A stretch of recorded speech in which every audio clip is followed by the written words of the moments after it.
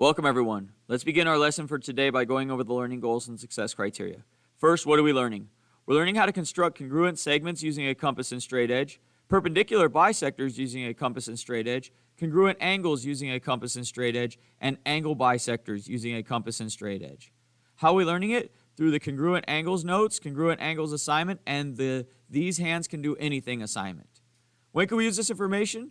To create matching sets of furniture or recreate a piece of furniture, and to cut boards into smaller equal pieces in order to create or repair furniture.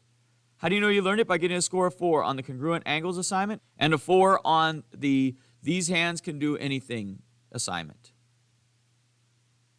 Now let's take a look at our agenda for today. We will begin by going over the learning goals and success criteria. While we do that, you'll fill out your Get It Started. Once you've completed your Get It Started, we'll go over it together and answer any questions that you may have. After that, we'll go over the congruent angles notes, and then I'll give you time to complete the congruent angles assignment on IXL. If you've already completed the assignment, you'll move on and work on the These Hands Can Do Anything assignment on Google Docs. And then at the end of class, we'll go back over our learning goals and success criteria while you fill out your Before You Go. Your only homework for tonight is continue working on the Transformation Study Guide and any incomplete assignments that you may have. Let's take a look now at the These Hands Can Do Anything assignment. The assignment begins with the learning goals and success criteria.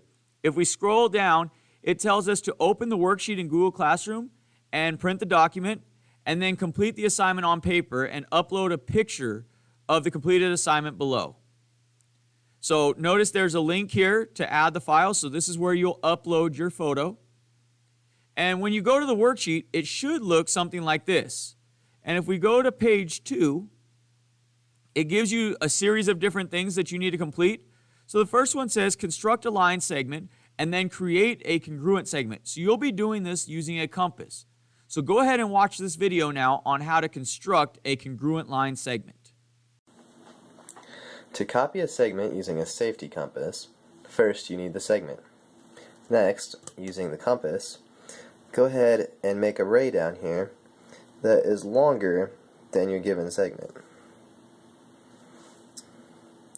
Using that ray, we can measure the segment up here using our compass and go down to the ray and copy it. Go ahead and line up your little brass ring there in your safety compass with one of your endpoints.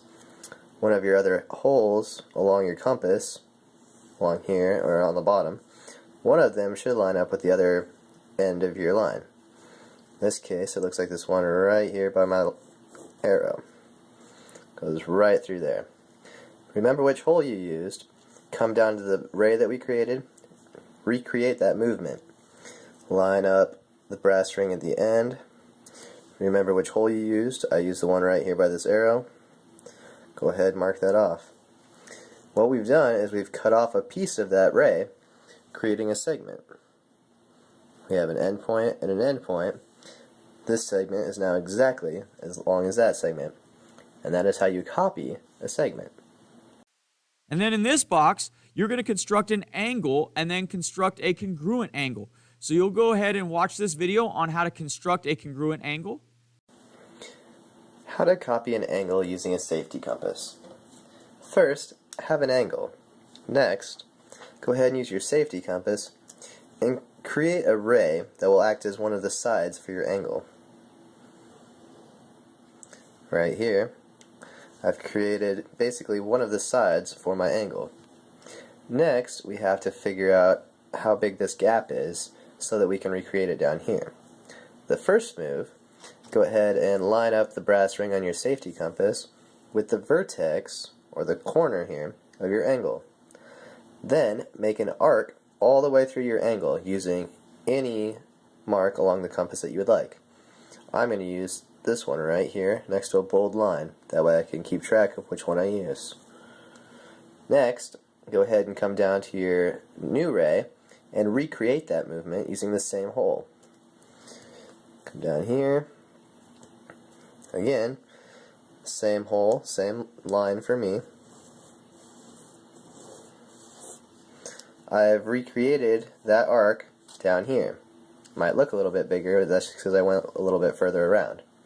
Now, to figure out how big this gap is, use your safety compass line up one of those points where it crisscrossed. Come over here and line up the other point that crisscrosses. Looks like I might end up using the white inside part.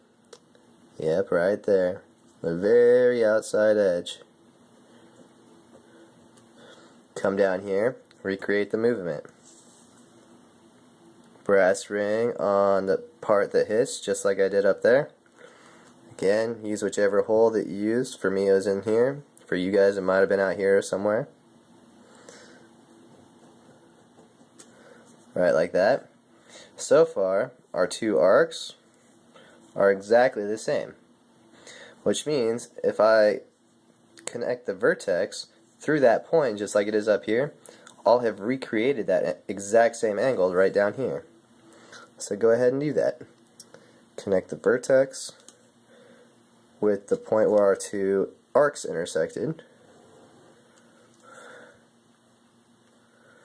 And this angle is exactly the same as that. And that's how you copy an angle.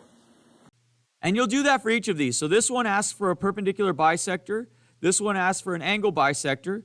This one asks for a parallel line. This one asks for doubling a segment. This one asks for tripling a segment. And this one asks for doubling an angle measure. So you can watch the videos that are in your notes to see how to do these. And then when you're done with this activity, you'll go ahead and go back to your Google form and click Next. This will take you to your Before You Go. Go ahead and fill out your Before You Go and submit your work on Google Classroom.